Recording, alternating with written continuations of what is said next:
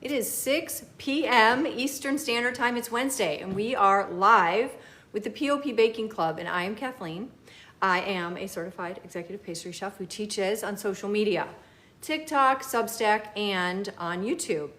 And every week, my viewers take a poll, and they pick the recipe that we do next week. This week, we are doing a soft dinner roll, and this recipe is near and dear to my heart. I've already made 2 batches of this dinner roll, so I am ready to go in terms of being dressed. My hands are clean, my hair is back, no jewelry, short fingernails, and I have my clogs on for safety, my work jumpsuit, and a clean apron. And I am ready to go. I have a sanitation bucket, wash my hands, and I've been working, so my workspace is clean. And I am going to give a lecture on ingredient function, the desired outcome, the method, everything that I know about this recipe that you can apply to other recipes. So if you have questions and you're thinking, well, soft dinner roll, I don't really have room for another recipe because I love my milk bread or I love this method. Think about what I'm saying about all of the ingredients and how they apply as a category. And it's not an enriched dough because the fat and sugars are under 20% of the total baker's percentage, which is relative to the flour. That means that it's soft, but it's also a straight dough. Everything is going to go in the bowl and it's going to have an intensive mix, which is just started on low for a couple of minutes and then move up to second speed for 3 to 5 and that you're done. The recipe is on my Linktree. These are the ingredients. This is the standard recipe, and this particular recipe is going to make 15 50-gram dough balls. They're going to be close together on a quarter sheet tray, and they will become pull-aparts, which means as they proof and then when they bake and they expand, they aren't going to be individual rolls. But you can do them that way if you want. But the great thing about the pull-aparts is in between they stay soft and wonderful, and when you pull them apart, they can still be warm. So this is something great to make ahead at many different stages. So it's a very production savvy, smart recipe that can indefinitely be scaled up and down. I got this recipe out of the Wayne Gizlin Professional Baking Textbook. And if you can get your hands on any edition, they're really solid recipes that are meant to be adapted for the home in terms of size, and that is what these numbers are. So this is our 100% of tonight's recipe, and then these are the baker's percentage. So this is on the Linktree. The method is very simple. Straight dough method. I recommend printing this out, taking notes, and thinking about the bigger picture. The straight dough method can be applied to many yeast doughs, not just this one. And we do all these things for our desired outcome. We choose all these ingredients because they work together to give us this outcome, and they're ingenious. On my Substack, every week when I do a recipe, I write an outline. I take all the notes I've ever had, all the contrasting recipes, all the ideas I have, and I actually put it into an outline format. So you can see that I have a mixer in the background because I'm going to be mixing another batch, but I've also made 2 already. And when you are doing yeast doughs, you are not in control. The temperature of your room, the humidity in your environment, all of those things are in control of what goes on. And this is bigger than when I started. It was really tight. When I pulled it off of the bowl, I tightened it up, rounded it out, and put it on here. When you add plastic to the top of any rounded out raw dough that has yeast in it, you do not want to smush it down. You want this to be able to grow without being held down. So in actuality, you're making sort of a dome, like a greenhouse effect, where you're closing it on the edges, but there's not only room for that dough to grow and be loose, but also if it's really warm, you will start to notice condensation from the warmth that lives inside the dough and the moisture. We need it to warm up, and that's because yeast are like people. They are alive. They're just a single cell person, and they eat, they expel, and they become active. We're using instant yeast. I don't like active dry yeast. Active dry yeast is very old-fashioned. It was invented a long time ago. It has a really harsh process that kills a lot of the yeast because the yeast in here aren't dead. Some of them are, But in active dry yeast, a lot of them are. So that's why you have to put it in warm water to proof it. It's proof of life. But if you use, and I cross this out because I don't like rapid rise or any of these terms that they use. All you need to know is this is instant yeast. So this has instant yeast in it, which instant yeast gives us quick rise and the steadiness of knowing that there are more alive in here, that the process to make instant yeast is much gentler. So you don't have to proof it in warm water. It goes directly into your direct dough method and it hydrates easily with the water that you add, and it doesn't need special treatment. Instant yeast, when you are making these sorts of doughs, is the gold standard. So I know they put a lot of words on here like rapid rise. I just want you to keep in mind that yeast is alive. When the yeast goes into the dough and the friction of the mixer warms up the yeast and hydrates them, they become alive again. They're like asleep and then they're awakened by the moisture hydrating them, and then they get warm and the mixing adds oxygen. In the first 5 minutes of being in the dough, they use that oxygen to come alive and become active and start eating, and then things change. When it goes onto your bench, they're alive. They're doing their job, they're eating, they're expelling, and they expel gas, CO2, and this will start to rise. So if, like people, it's very cold, they move very slowly. They're stiff, they're slow to move. Yeast is working, it's rising, it's just going really slow because if you take an instant read thermometer and go like this, that's the temperature in your house. That's the room temperature, 70 degrees. It's not very warm in our house. So this isn't going to get warm enough. It should be closer to 77 degrees. So there's a few things that I can do. And one of them is I use a heating pad. Now I have this on a wood cutting board. It is a little more challenging to work on a countertop that does not have pores. The wood has pores, it's natural. It eventually ends up creating a seal from all the fat that you use from your doughs and different things. So this, and I'm not using any flour on the bench. I'm going to put this guy onto this plastic container, which I get from the container store, that sort of turns my plastic containers into a proof box. So I'm gonna put this here. This is a dough scraper. It's not a cutter, it's a chopper. When you're working with yeast dough, do you see how this doesn't stick? It's not sticky. You want sharp movements. And I'm just gonna put this right here and I'm gonna cover it. But I just wanna warm it up. We're gonna see the difference. So this one was made 15 minutes before this one, but now with the warmth, maybe the yeast will start to get a little more active. The desired outcome is that this dinner roll is going to be sweet, mildly.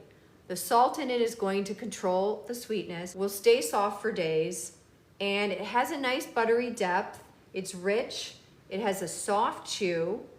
The interior remains very moist, and the outer edge on the top is going to develop a very nice, golden, shiny, dark crust because I'm going to egg wash these. So the bread flour I use is from King Arthur. You've heard me say that it doesn't matter what brand it is or what the label is. You are looking for an approximate percentage of protein. King Arthur's is 12.7%. The bread flour is going to give us structure, and we need structure because in this dough we're adding things that enrich it. Butter, shortening, sugar, and non-fat milk solids. They end up coating the gluten proteins that get activated when you add water to it. They coat them so that they're softer.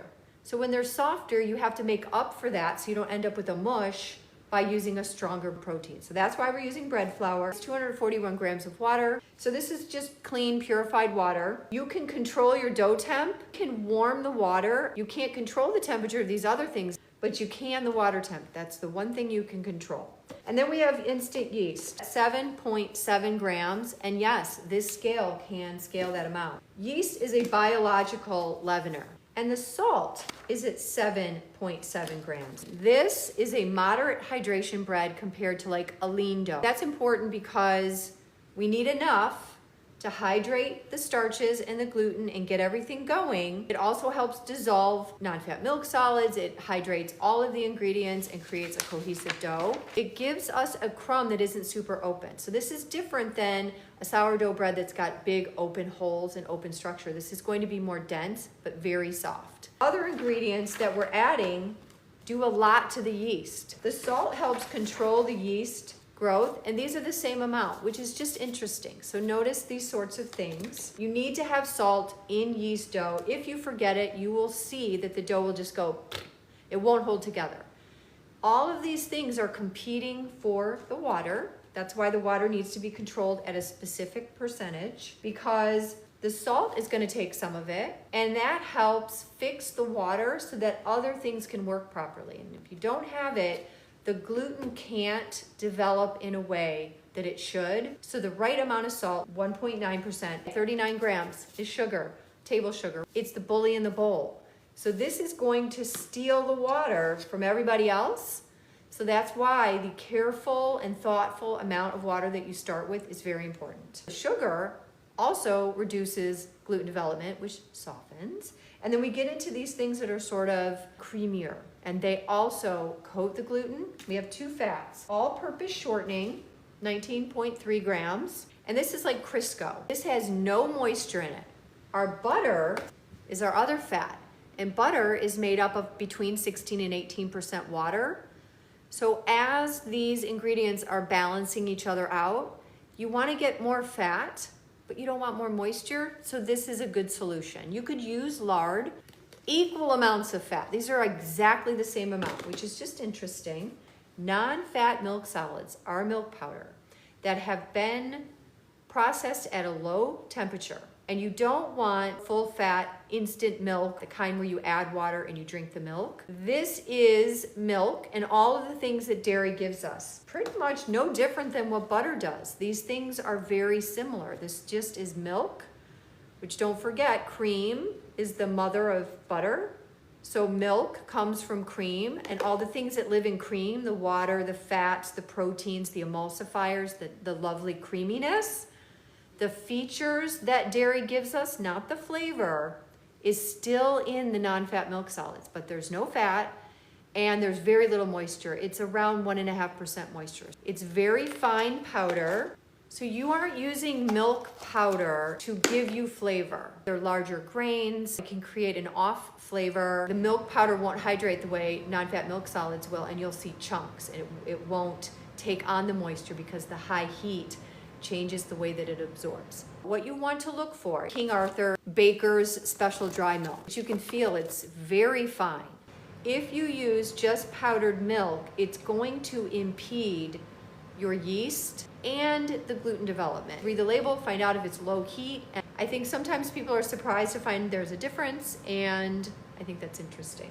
Let me take out my thermometer. So I'm gonna lift up the lid. I can feel warmth in here. And we're at 75, so not a ton.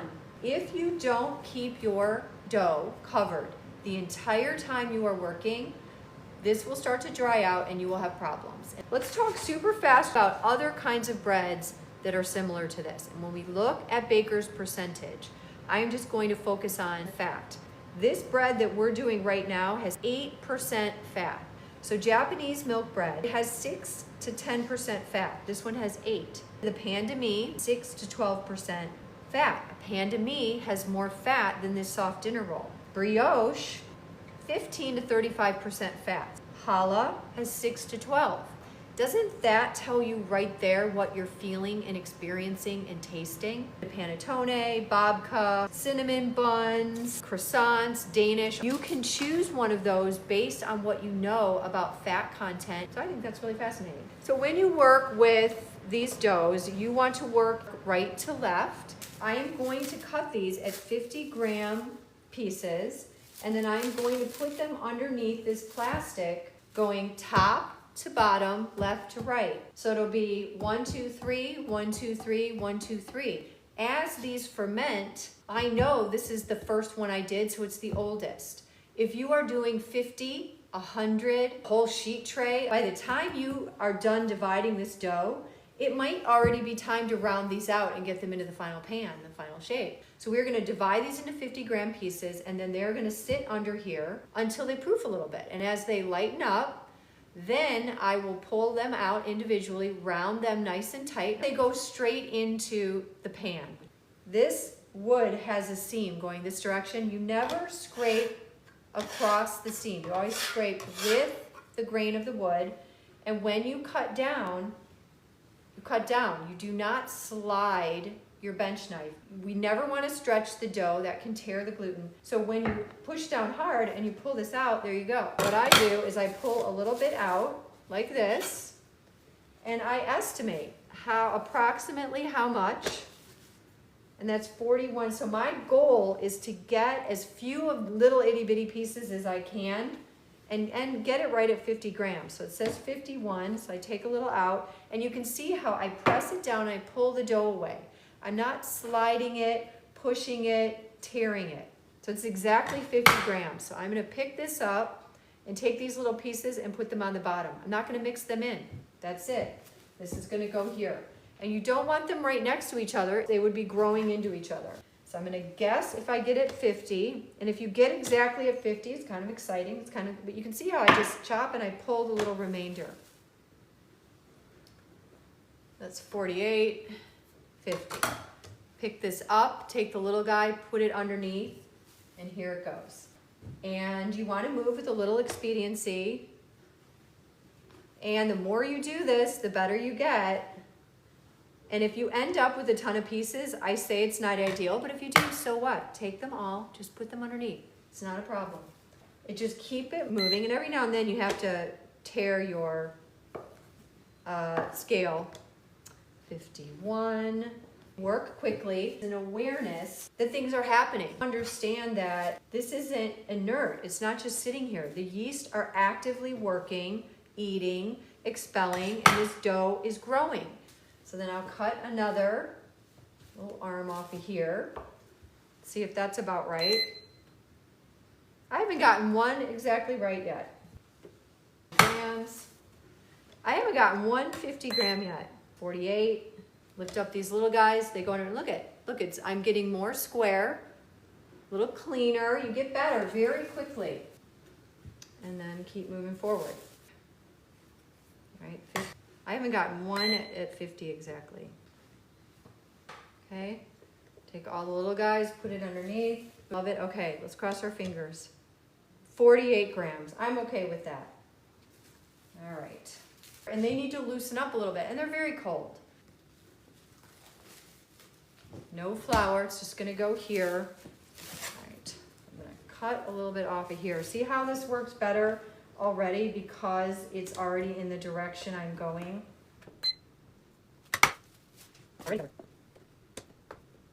And this feels a lot lighter.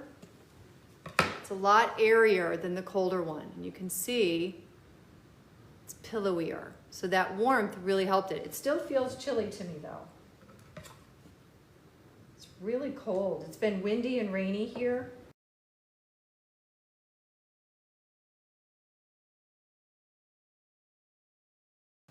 Oh, there's a bubble. There's my first bubble. Here's our first bubble.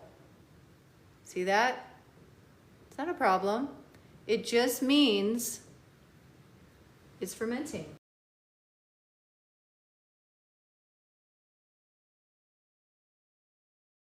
All right, so these are covered. All you need for these is a parchment. You don't need to spray. Here is my heating pad. And I know that these little sheet trays fit in here like this, so I can get 2 in here. So what I'm going to do, and it's nice and shallow, I'm going to put both of the trays in here, and I'm going to keep this on here so I can trap some of the moisture. So this is what this looks like. There are no bubbles, but it is definitely lighter. You can feel it's a little airier, and there's a top and a bottom. So when I cut those on some of these, I put the little guys underneath, so that's the bottom. I don't want you to ever take this and stretch it. You'll see people do this and pull it in like this. It makes me cringe. I don't even want to do it. They do this, and then they tighten it, and then they put it down. That's not what we're going to do. What we need to do is take this, it's very soft, put it on the counter, and we want to take our hand underneath this side. And when we push it around, the top is going to stretch. When I pull, watch. See when I pull how that stretches and it got tight? That's the action we're looking for. We aren't just moving dough around, we aren't sliding it around, we aren't going like this. We are taking this part of our hand and we are getting underneath, and we are gently pulling underneath so the top stretches. As soon as it does it, and it's nice and smooth, that's rounded out, that's tight enough, and it can go in here. And I'm gonna place them exactly like I have them on this cutting board, in the same order, top to bottom. They're going in a warm box. We hope to get some condensation forming. Use the smallest box you can find. All right, so I'm going to round this guy out. So that's it, nice and tight. And this is what the bottom looks like. That's fine. I'm not gonna squeeze it or pinch it or pull it. I'm gonna put this here. So you're gonna take this guy, it's like square, and I'm gonna put it on here and just pull it like that and kind of get it going round, and then I need to strengthen it and push. But if it gets shaggy, or if you overstretch it and you see tears, then you need to put it back under the plastic, let it rest, and then do it again and be gentle, because it shouldn't have anything other than a smooth surface. So this is like long. I am gonna roll it up like this and round it out to get it going, but then I'm going to stretch the top very intentionally, and I'm watching it, sliding it around. And I have done some videos on how to do this, but quite frankly, it just takes practice. It's nice and smooth, and you want that rough bottom to go on the bottom. So here we have some pieces underneath. So I'm just gonna get it going like this. Take a look at it, evaluate it. It's got like a line, it's a little lumpy, little this and that. And then I'm going to use my hand and look at the skin. And when it's nice and stretched and smooth, I'm done. And this will go here. And then you move to the next piece.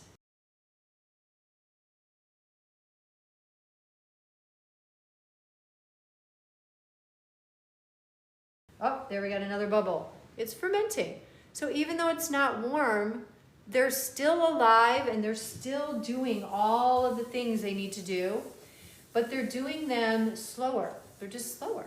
They're not as fast as if it were hot. And it's not good to do them too fast.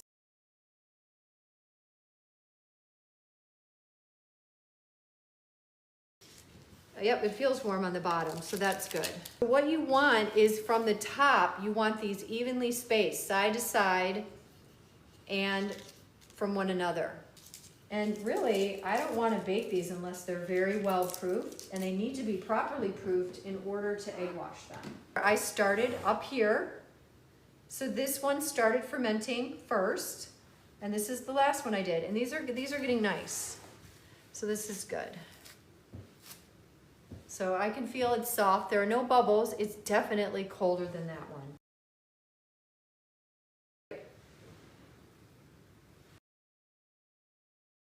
And it's got all these little guys in the bottom. You don't want to be stuffing and stretching and tucking. It's absolutely unnecessary. Just put it down and start to gather it together. And once it's together, then start to round it out.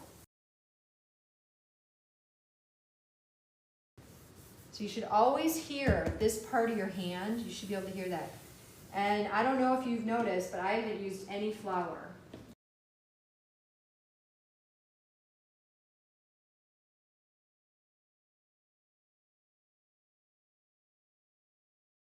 So once these are all in here, we want them to proof. And I literally want them to start coming together. They should proof quite a bit.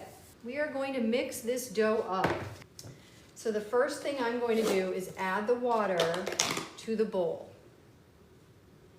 This is so that if I just poured any of these, including like the yeast or the flour, and then added the water, I'm more likely to get things chunking, sticking, not hydrating, and sticking to the bowl. So it's kind of a rule. You want to add the water first. we are mechanically pushing oxygen, oxygenating the dough. That also is the beginning part for the yeast where they get oxygen and they wake up, and after about 5 minutes, it goes from being an aerobic thing, and I'm not a scientist, to being anaerobic, and it becomes fermentation. So the first 5 minutes are really important. And I'm gonna work quickly. I'm gonna put the bread flour in first, and then all the dries. This is called just straight dough. It all goes in. Intense mixing. That's what it is. Straight dough, intense mix. The fat. Use unsalted butter. I use Plugra, but you can use American butter. Okay, so I'm gonna put these in here. I'm just gonna put it on 1. And you want to do between 2 and 3 minutes. However, you also want to watch it. So it's going to go from being shaggy to getting smooth. That's the process. But at this point, what we want is a cohesive dough. And I'm gonna take my camera and show you. So you can see, I'm not going to scrape it or do anything. It will gather, I promise. And I'm not gonna speed it up. But basically, if you don't have a super powerful mixer, it's just going to take longer. You don't need to speed it up or do anything. You can see it coming together. It's gonna pick up all that is on the, oh, there, it's already starting to do it. And it's coming together. Do you see how it's already picking everything up? Most inefficient hook ever. But I don't care, let's just leave it. Maybe I'll push it down a little. Oh, there it goes. There it goes. Eventually, when we move to speed 2, you will start to hear slapping. It is oxygen being trapped and making that sound, and you will see it happen, and you want to see that.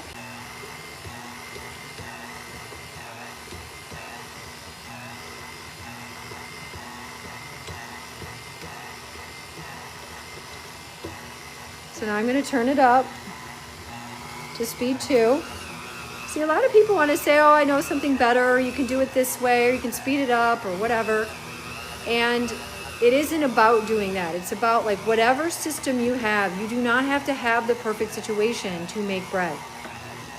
A lot of people do not have mixers. You can do this without a mixer. It just takes more time.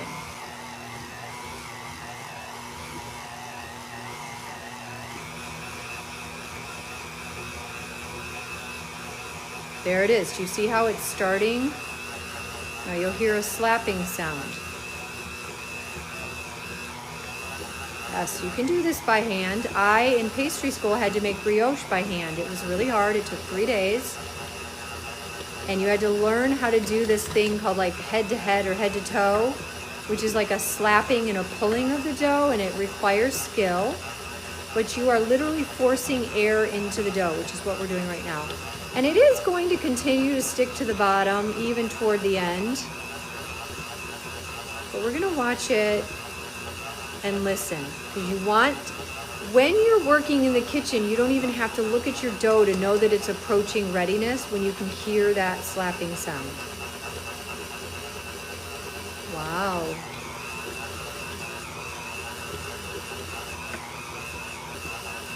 This is on setting 2, and everyone's setting is different. You can adjust the speed of your mixer, but they're all slightly different. Do you hear that?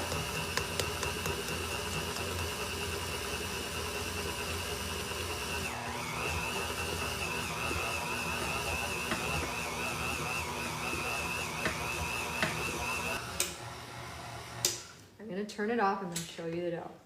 If you keep going, you'll end up overdeveloping the dough, which breaks all the gluten structure, and you will see your dough just go slack. It'll just do that. It's not good. So I don't want to stretch this out of here. I don't want to rip, pull.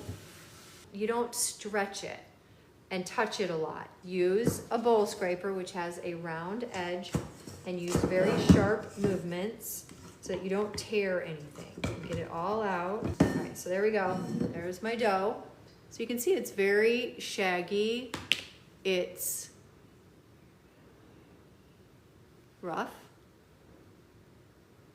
what it looks like. But look, it's not sticky. Yes, some is on my fingers. And the more you work with dough, the more you learn to, you know, work with your hands and peel it off. I think what I'll do is wrap it up and put it into the freezer and use it later. So what I'm going to do is turn it over, and I am not grabbing this and pulling it. Please do not do that. You see that? You don't want to do that. But you do want to pull some and just pull it in. Okay, even if you just push it. I'm going to show you how quickly it becomes smooth. So I am not stretching it. Look at that. Look how much smoother already. Okay, so this is the bottom, and I am just going, and I don't need to overwork it. This is going to round it out, and that means that I am doing that thing, but I don't want to overwork it. It starts out really smooth, but if you keep going, you will get tear marks. But I do want to tighten it a little bit, and that's why I'm pushing it.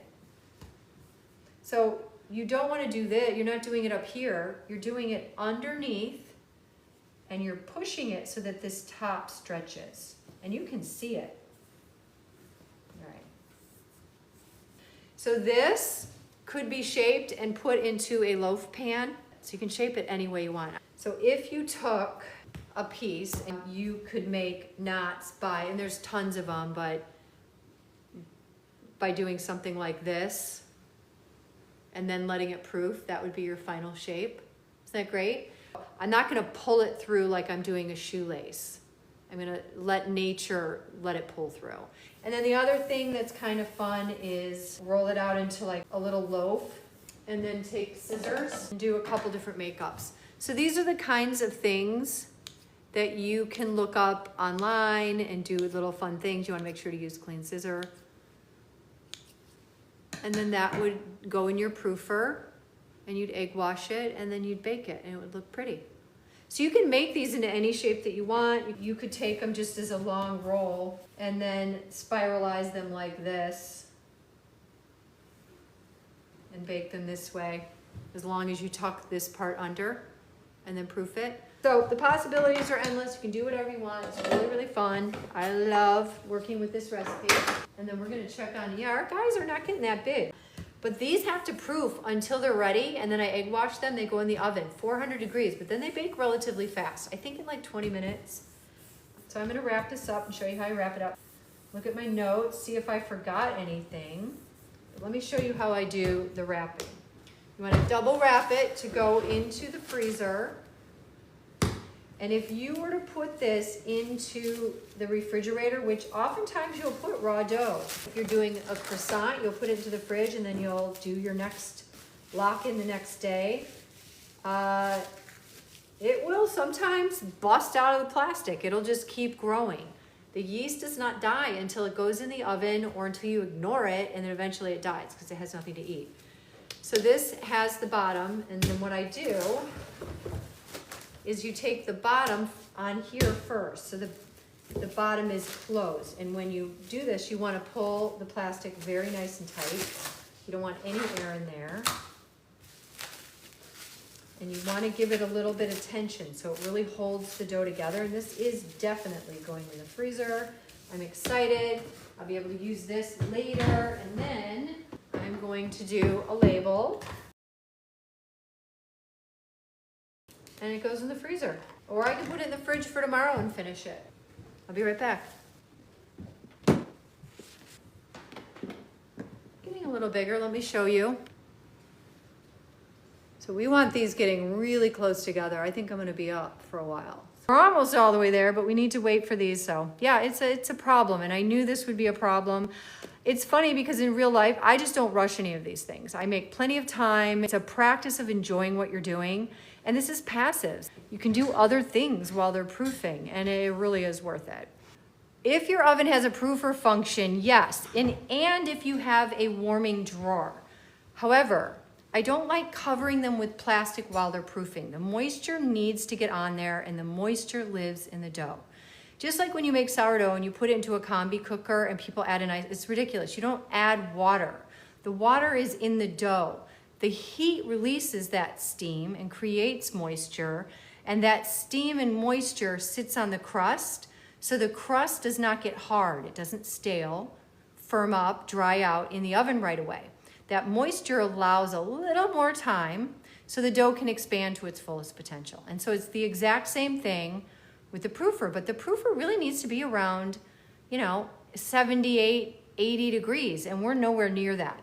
You put your dough in there, like in these little sheet pans, and you put boiling water in there in a cup because you have warm and then you have the moist, and it helps. If you have a proofing function on your oven, absolutely. But here's the thing, they're not perfect. If you have so much moisture that your dough's wet, it's not just a little bit of mist, it's not just a little condensation. That higher quantity of moisture is now going to hold your dough down and actually interact with the dough, make it gummy, and so it's going to have an opposite effect. So it's like, yes, these are easy and approachable, but there's a lot of room for learning and growth and development. So that's where the nuances come in. So it doesn't need to be perfect. We're not going for perfection. We're actually going toward learning and understanding, because there's no right way, there's no one way. I mean, all I can say is you need to be reading the ingredients because they're going to ingredient. You can't make them do what you want them to do. You can't make the yeast go faster. You can put them in a hot area, but you have to pay attention to what the ingredients need, and then you'll be happy and you'll get good products. You want to be closer to 78 to 80, and then you're not like cooking it. 98. 98 sounds a little high to me. Every single time you do anything in the freezer, you never take it from freezer to countertop, never. You need it to go through the refrigerator because you go one step at a time. One step at a time. You let things adjust and catch up. I think I could be wrong in the proof temp. Yeah, I mean, this is saying 75 to 78. You don't want to go too high. I think 90 or higher is too high. I freeze them raw. Like if I were to shape them before I let them proof, I would freeze them. That's great. I don't par bake them, but I have par baked pizza crust before. That can work very well.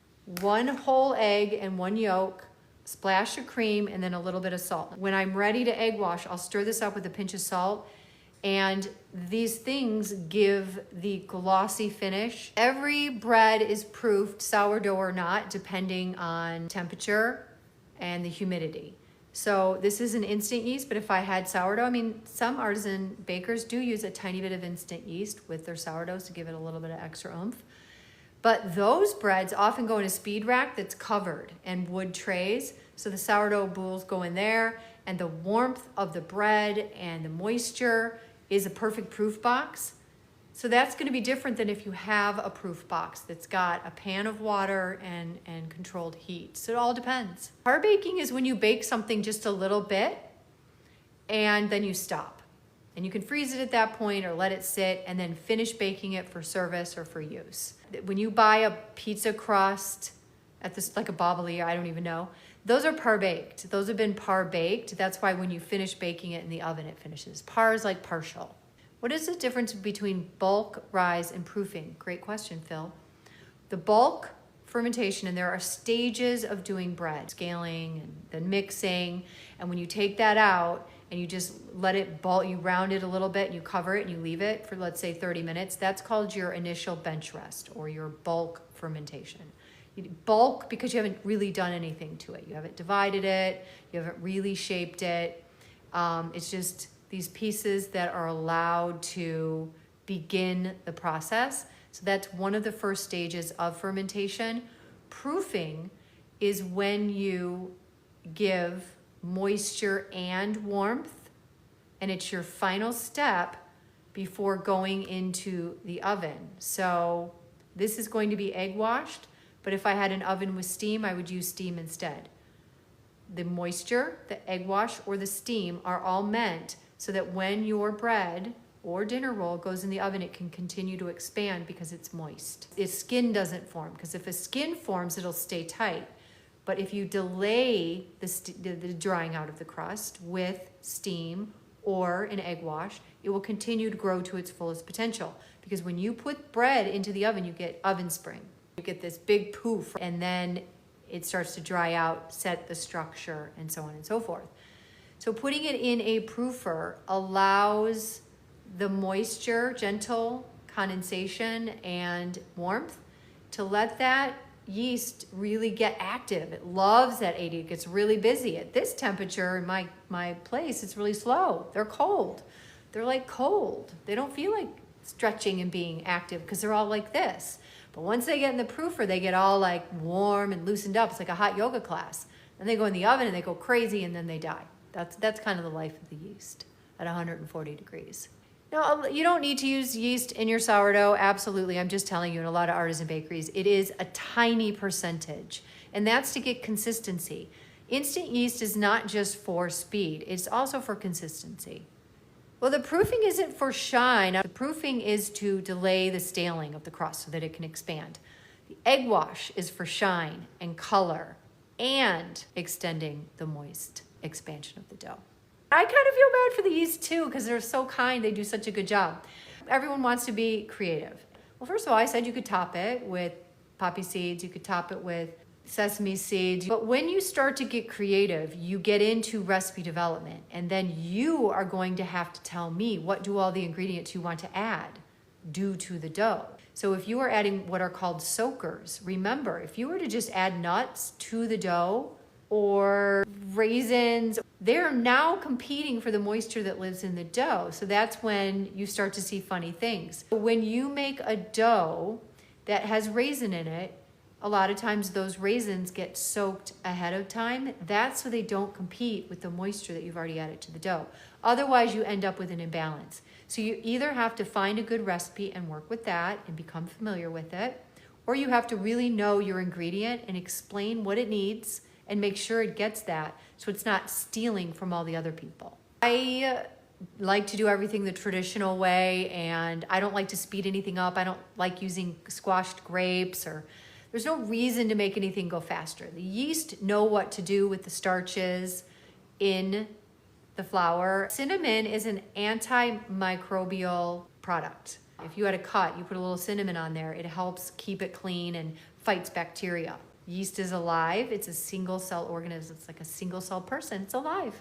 It breathes, it procreates, it goes to the bathroom, it does the things that we do. It eats, and cinnamon can kill it or make it really difficult. So that's why when you make a cinnamon roll, instead of rolling in the cinnamon to the entire dough, you add it last and then you roll it. That is to protect the yeast. That's why it's done that way. So it's really interesting how classic and traditional baking is common sense, because the people who did it know what the ingredient function is. So anytime you question if I'm going to add something or change something, just identify what your ingredient does and make sure that it's not interacting in a bad way. Does it need more water? Then you better have water coming from somewhere. Does it kill the yeast? Then you better make sure to mitigate that. So you need to think about all those things. Squashed grapes are supposed to add more sugar to give your yeast something to eat. It's supposed to help you get a starter, but it's all to make it go faster. And I don't care about fast. That's what I mean. I don't care if my sourdough starter takes 12 days to get healthy. I'm not in a hurry. I'm not in a hurry for these, other than the fact that we're doing this and it stinks. But these aren't even big enough for me to show you. That's the frustrating thing. And they're on a heating pad. The time and temp for baking, I'm going to put them in a 400-degree oven, and it should take around 20 minutes, but I do it to color, and only do I do it to color.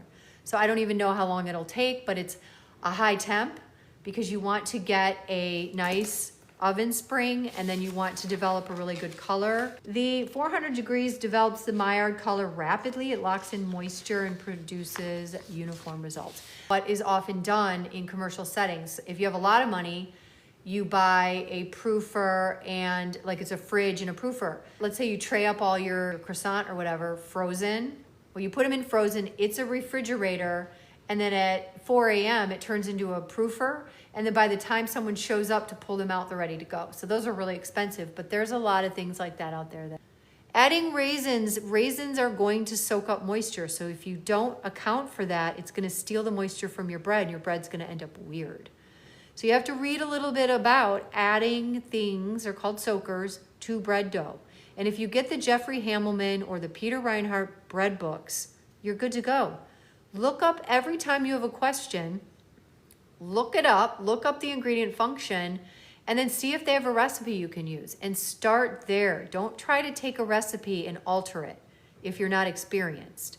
Learn how to do it and get good at it. You know, I think I might be able to egg wash these, and we'll do it in 5 minutes and I'll get them in the oven. And if we're not all done and if they're not perfect, we'll at least done that. And they're looking good. I think they're looking very good. So I need a pinch of salt. I'm gonna swap these around. Oh yeah, they're all looking pretty good. Can you guys see? I'm gonna show you real quick and then I gotta hurry up and egg wash them. They are actually doing really well. Flip camera, there we go. See how they're getting closer? Now here's what I'll do. I don't wanna let all the moisture and whatever out, but watch. Okay, and I touch it, doesn't really come back that fast. Let's check out this guy. See how it pops back? All right, so I'm gonna do that one. Those are a lot warmer and a lot softer. So let me put a little pinch of salt in here.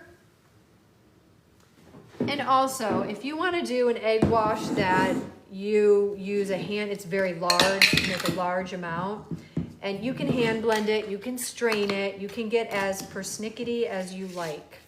Okay, so this is my egg wash brush, and I like the width for this. It's a good size. And when you egg wash, it's very important that you're working quickly, you're working evenly. Nice, thin, even coat. No drips.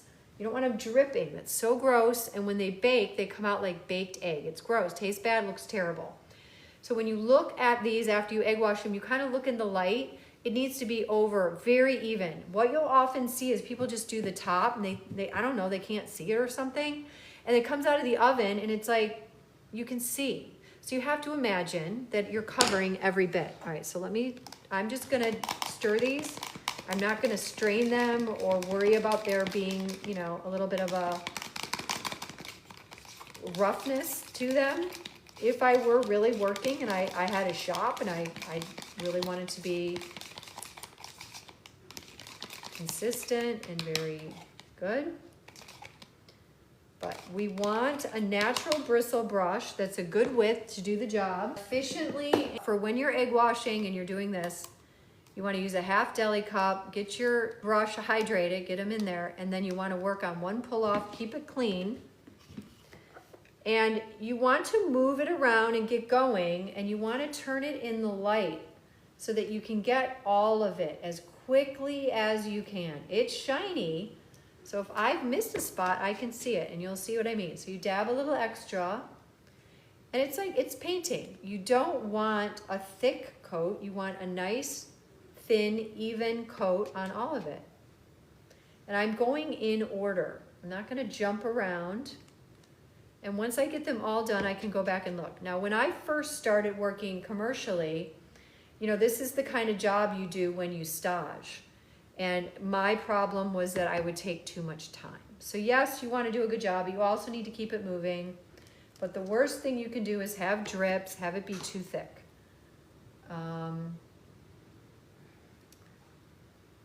Meanwhile, the other guys in the box are still proofing. They're still proofing. They're just a little behind.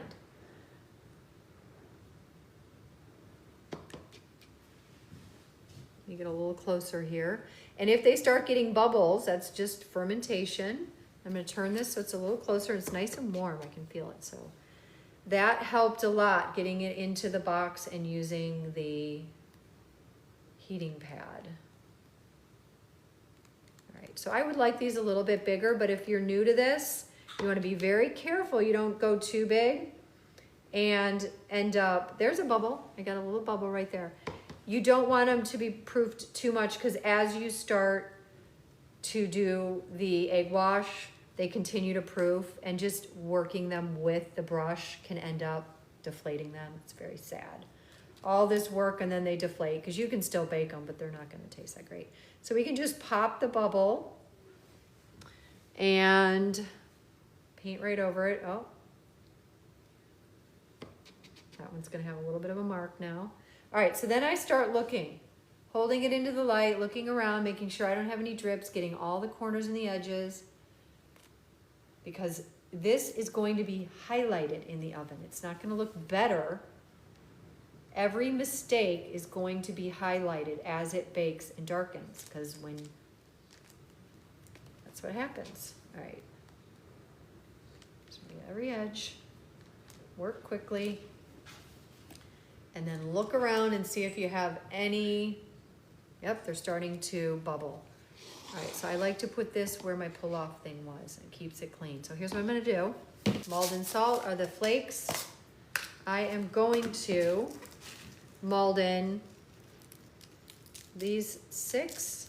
And I don't normally do it differently on one tray. Obviously, I would normally make a decision. And then I'm going to take these poppy seeds and put them on these guys. Look how pretty. You want to be fairly far away. You don't want to get all up close and have them chunk. And you don't want too many. They can be bitter. All right, so typically I would just do one finish. But let's take these into the kitchen. And these are going to get a really nice oven spring. I rent, this is not my oven. Let's see. I'm going to turn the oven down a little. It's a little higher than 15 minutes. You know what? I'm gonna do these too. So yeah, I need to move quickly. No goofing around here. You want to be gentle. You don't want to knock the air out of them. Sorry. So you can go around and work fast and do them all and then go back and spread the larger quantity around. You figure out how to do it as fast as you can. Some people have sprayers. That's what they'll do in really large shops. So you can spray everything all at one time and not touch anything. That's really great for delicate things like croissant and whatnot. But I'm going to try to do this even faster, and maybe there will be a quality difference. I don't know. But you definitely want to use the light in your room to look at what's glossy and what you can see. Isn't it amazing how these filled in? And if I'd gone too long as I'm doing this, they will just shrink. They'll just deflate like a balloon. Like I said, it's very sad.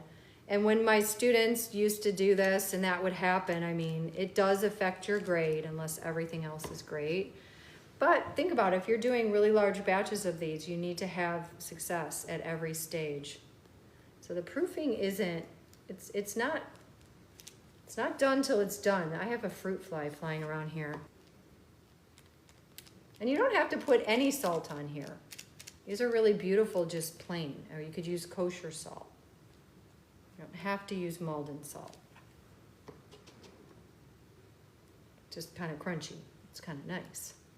All right, so now I'm just gonna look, check my work. More than anything, I want it to be even, but I don't want any drips. They just do not look appetizing. All right, is that good? So these are gonna go in too. All right, great. Well, that went quick. That got done, didn't it? All right, I feel like they're deflating a little. All right, so a little bit of Maldon. Let's take them in here, get them in the oven with the other guys. There we go. So we're getting some oven spring.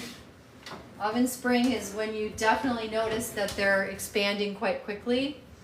And we'll come back and look at them in 12 minutes. You not only want oven spring, but you have to go beyond that, because you can look in there and if they're just lightly golden and you think, oh, they're done, and you pull them out, all the moisture that you did not allow to dissipate by baking them long enough to dry them out properly is going to get reabsorbed by the walls, the starch and all that, and then it's gonna sink and it's gonna be mushy. So you don't wanna do that. That's why we're gonna go really, really dark. All right, let's go check. Oh, looking good. I'm gonna move them around just a little bit and show you. Okay, let's see. I'm gonna keep the oven closed. They're getting really dark on one side. I'm gonna just turn them around. Oh, they're looking good. Yeah, they're not quite as smushed together as I would have liked, so they should have been proofed a little more, or maybe I could get another row in there, I'm not sure. All right, timer, 5. I think the oven's running a little bit hot. Really what I wanted was for them to get more smushed together. They needed to proof a little bit more and open up a little bit more. I feel like it's gonna get really dark. I think the oven temperature might be off. Let me get some cooling racks so we can see these, because I'm gonna eat some. You're not supposed to eat bread warm. That's something I learned from a French chef. He said when you eat it when they're warm, those gases just go in your stomach and give you a stomachache. But it's hard not to eat them warm. All right, let's put these here and let's go see how we're doing in here. Here we go. Yeah, I would like these to get a little bigger. And I'm gonna leave them in because I'm looking at the middles. and that's too white. We need these to go a little bit longer. I don't want them to be soggy. But if they proofed a little more, they would have filled in a little bit better. Yep. Same with these. Even though they're getting really dark on top, yeah. Not proofed enough. So that's what happens when they don't proof enough. Just so you guys know, you want to proof them long enough so that they're really loose. And when they finally go in the oven, they expand together. They needed to be a little more proofed. And when you proof them, it's like, it's not that they're just a size, it's like there's a lightness to it. So those are gonna have a tight crumb. They're not gonna be everything I want them to be, but they're not. So definitely you guys saw, when they're proofed properly, they should be shoving together. They should already be shoving together and going upward, pushing each other up a little bit. So just learn from me and then do it, proof them longer. We're gonna eat them, don't worry. But I know they could be a lot better. So I would have left them to proof probably another 20 minutes, to be honest. But they'll be good, they'll be good. We'll give them just a couple more minutes and then I will pull them apart and let you see. So if you're assessing your job, when you pull these out and you let them cool completely and you pull one away, cut it with a serrated knife and look at it. And you're looking for a really open, even crumb. So you don't want to see it all tight and smushed on the bottom, which is what this is going to look like, and then open at the top. You want it to be even all the way through, and the crust on the bottom and the top should be not too thin, nice and dark, because the inside's going to be really, really soft. Baked butter buns. It might be. Anytime something's described as a soft dinner roll or a butter roll or anything like that, it means that it's a dinner roll that's got fat or sugar and things like that in it to make it soft. Yeah, we're gonna pull them out. And I know they look dark and everyone's gonna say they're too dark and they look burned. And one time I did these for Thanksgiving and people were concerned and they got chowed by picky eaters. People loved them. Yeah, they didn't proof enough. I could adjust the recipe to do 4 by 5. I think we should. See how they're flat? They're flat and they're not fully formed. But I think we could get another row in here. So the way this looks, I mean, they're just flat. They're flat. They should be more voluminous and they're not. And that's the proof. And let me just rip one apart. Oh, but they're still gonna be good. Ow. I mean, I feel like one more row is too much. I feel like I need to test that batch. Maybe I'll take it out of the freezer and do a good proof. So that's what the insides are going to look like. So you don't want to peel these apart before you serve them. You want to keep them together even if you let them cool, and then pull these out and put them into, you know, a bread bowl with a napkin or something like that so that people can pull them apart. And I can't even cut this with the serrated knife because it'll smush it, but let me pull it apart here. I mean, they're gonna taste really good.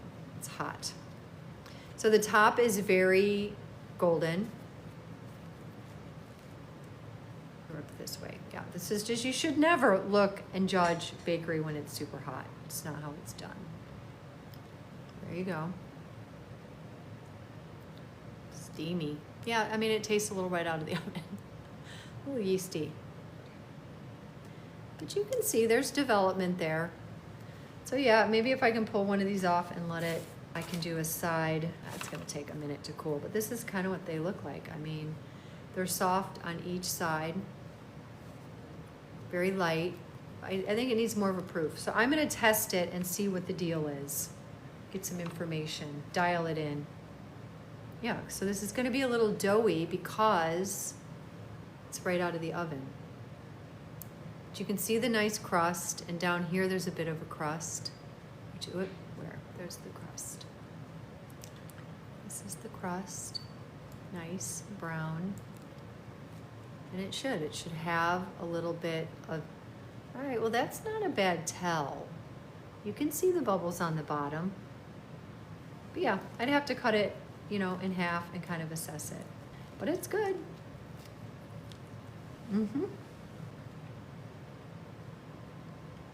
It's very good. I just need to dial in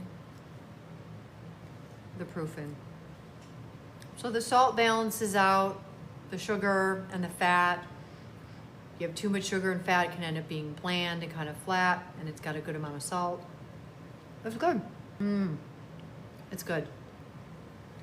So they should be nice and dark, really dark mahogany. You're still gonna have a lovely, soft roll. Look at that. Really soft. At the top, you want the flavor. If you don't, it's not that it's gonna be bland, but that's the egg wash. Shiny. And then let's look at, in terms of when I talked about an egg wash for looks. So you can see how it's pretty even. And if you miss spots on the edge or just did the top, it wouldn't look as good. So this should have grown all the way into the edge. They should be pushed upright. So as it proofs, it pushes everything up higher. And that's in the proofing. All right, everybody. Yes, I did use blue broth. Thank you. I'm glad you guys like this. I mean, this is not professional. This is a one-person show. I'm good at baking, but the videoing and is hard. It is good. If you're gonna bake them without the egg wash, you need steam in your oven. You need a steam oven, like steam injection. You need the egg wash. They'll just dry out and they'll be ugly. Comes Dave. Shiny.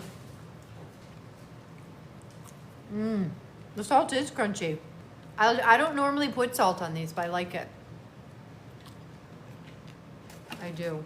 I wonder if I can slice this. You really shouldn't slice things warm, but I want to see the inside. Hold on. I have a serrated knife right here. Let me go cut this. Let's see. So what happens when you cut something when it's warm, even with a serrated knife, is that you drag the crumb down, but we can see here. You can see that the knife kind of dragged it down. It's not as bad as I thought it would be. So it should be a little more open. There should be more of these bubbles, a little more open. It's a little tight down here. And you can see that it's tight in here. So all of this should be more open. And some of that is that I cut it when it's warm, but nonetheless. So that's the proofing. You have to use an egg wash. Otherwise they won't expand. And they'll look terrible. They'll look really dry and weird. I hope you make them. Let me know if you do. I love photos. And if you want to adjust the recipe so that you get a little bigger dough balls, you can do that. You can do anything you want. Anything you want. You are welcome. Thank you. All right, everyone. Have a great night. Thank you for hanging in there. I wish I could make this more streamlined. Thanks, everybody. Bye, everyone.